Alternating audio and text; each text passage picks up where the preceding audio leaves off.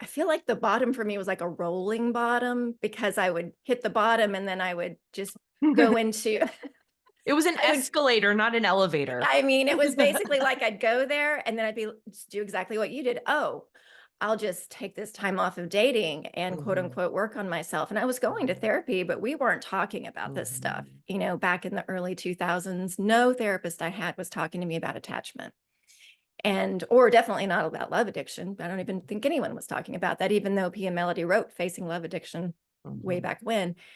But so I would dip my toe into the bottom, I'd come back out, think I was quote unquote all better, get back into it. There it is, Facing Love Addiction. And then so it's kind of like you just keep dipping into it, dipping into it, dipping. And what I call it with love addiction, it's a ramp up.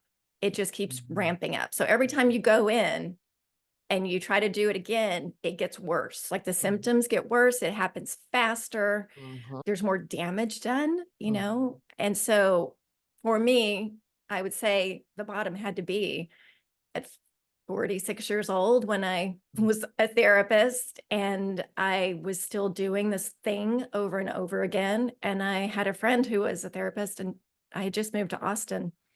And my friend here in Austin said, there's this therapist. I met her at the Meadows. We trained in PMLD's program there, one of PMLD's programs. And she said, mate, this therapist, I don't know, maybe she'd be a good fit for you. It wasn't that my friend thought it was love addiction. She just said, maybe this therapist would be a good fit.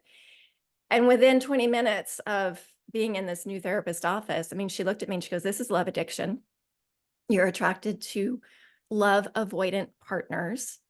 And she basically broke down my entire history.